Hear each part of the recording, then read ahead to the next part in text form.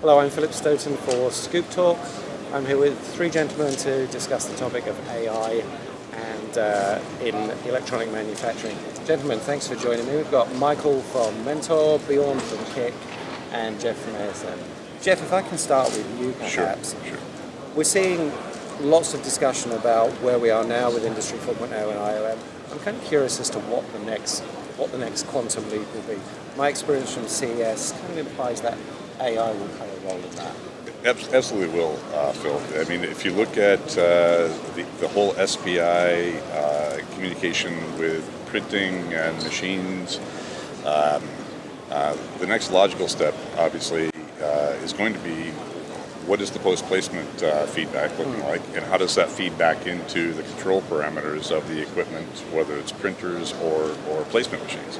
So if you start looking at the printer, and then the mounter, and then the pre-reflow, and then post-reflow, that there is a direct correlation that can always be drawn between the data from each stage and what's happening down upstream in the process. Yeah, so it's that connection Yes. backwards and forwards.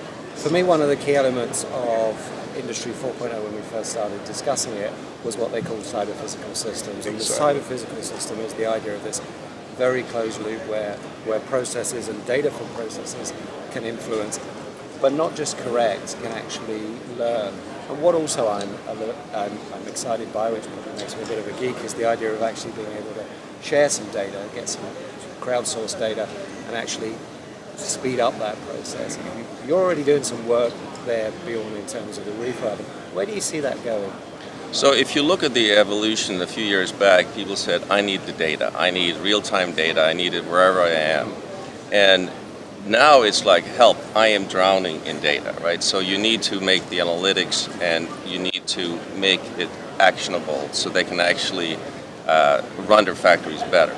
But I think that some of the work that ASM is doing, where you have machines that are talking to each other, so instead of saying, here's the data or here's the analysis, now make a decision, you have that communication between the machines and there's an autocorrect going. Right. There's also, we're into machine learning, and where you have active databases that when the machines work, they get richer and richer, and then they start making their own decisions, or at least recommendations.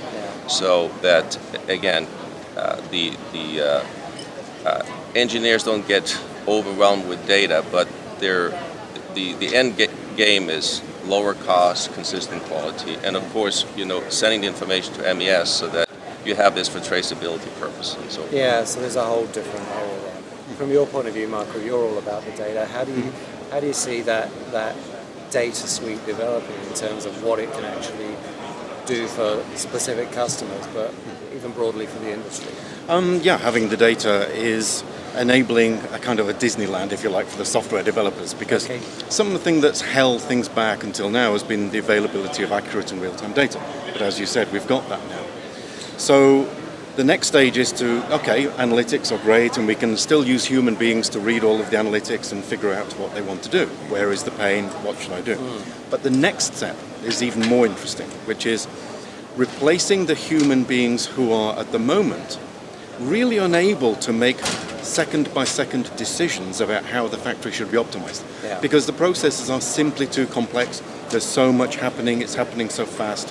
How can you possibly get all of that input and make the best decision? And yet that's what our production managers are trained to do in factories. Yes. So the artificial intelligence has to replace that guy who's the production manager and the engineer and the quality manager, the supply chain, all in one, to say, I'm now working with that kind of level of expertise. I'm programmed to understand that. Yeah. And now I am going to automate those decisions. This is the computerization of automated products. Yeah, I think that's really interesting. And you talk about the guy that makes those tweaks that's really good at it, and that's talent.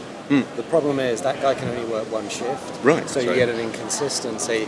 That guy is maybe really good at tweaking it, but not very good at teaching someone else to tweak it. One of the key areas, Jeff, for me is not just how the artificial intelligence and the systems can do that, but how they can work together. Collaboration between human operator and machine is really important. No question. And in fact, if you look at the evolution of all the products and the related software, we're soon getting to the point where another level of automation and technology needs to be applied to make it simpler. And in fact, if you look at the food and beverage industry or the chemical industry, these things are there already, right?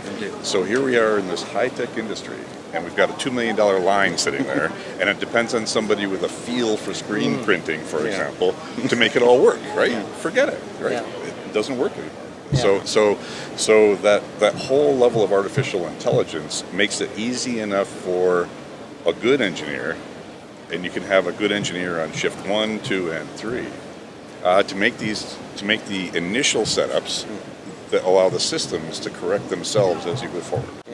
Yeah, and Bjorn, I mentioned about the idea of crowdsourced data and how that could improve the outcome for everybody. Do you think there's a willingness within the industry to have that crowdsourced data, to share that data, and to share the positive outcome?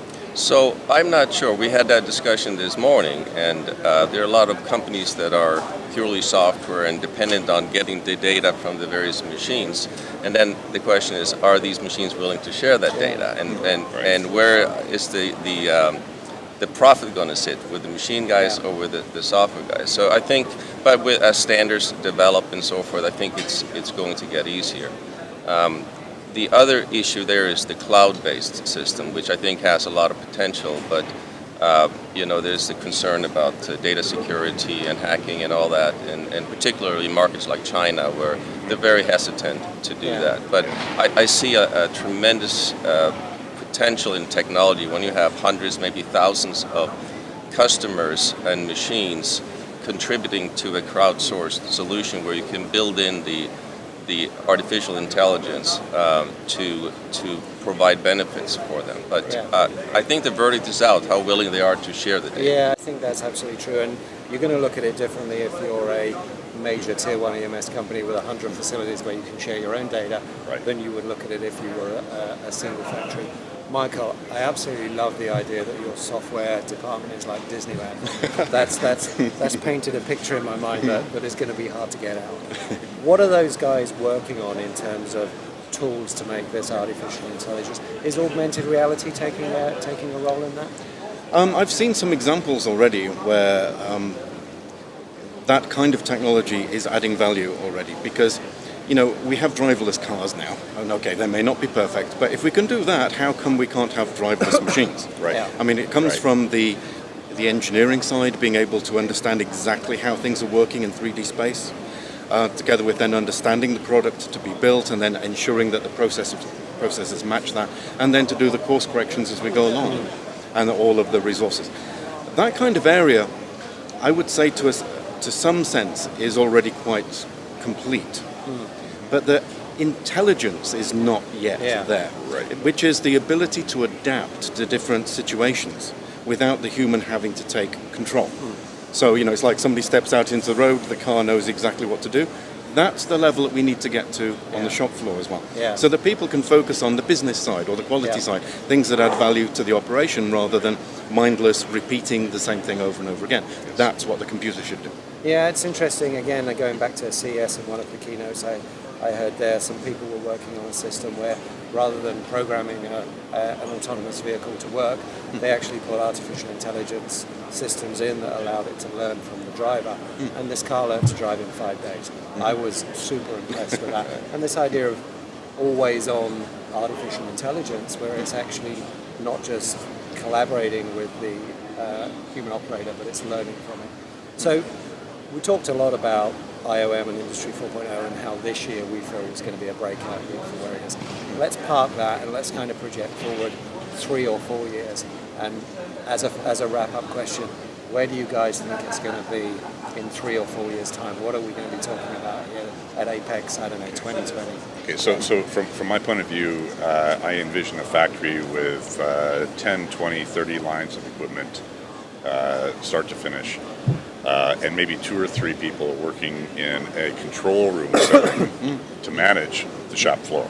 And you don't have all these operators out there. You don't have all these maintenance people that are 10 deep. You've got a control room, somebody that understands the process, and away you go. Yeah, I think that's exciting. We have to find those people something to do there. Bjorn. So I think the technology will be there soon, in a few years. What I observe is the, you know, chasm between us as machine and software developers and the technology we're developing and the actual production manufacturing companies today. They seem to be far behind.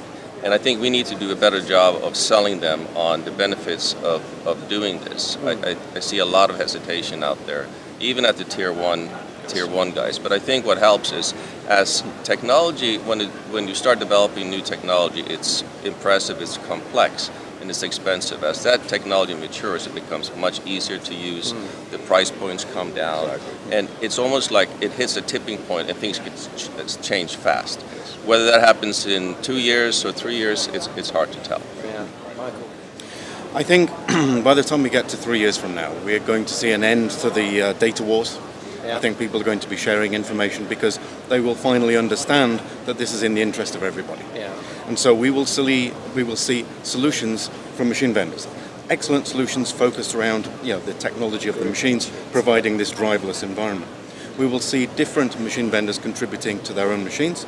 We'll see a next layer above where we have MES, other kind of functions all working together on the same kind of data and intelligence platforms. Yeah. So the data platform is only the first. The intelligence platform is the next. Exactly. And then you get to the scenario where, yes, we are truly in control, sitting in our offices. Production is just a driverless car doing what it's made to do, responding to the customer in a flexible way at volume. Yeah. This is what I see as being in the next 3 years. We've got to do it. Yeah, it's interesting.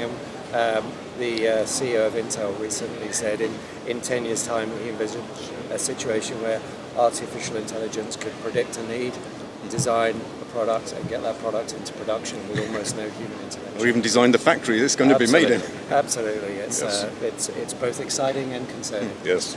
Gentlemen, thanks very much for your time. Fascinating conversation, and enjoy the rest of the show. Thank you. Thank you, Phil.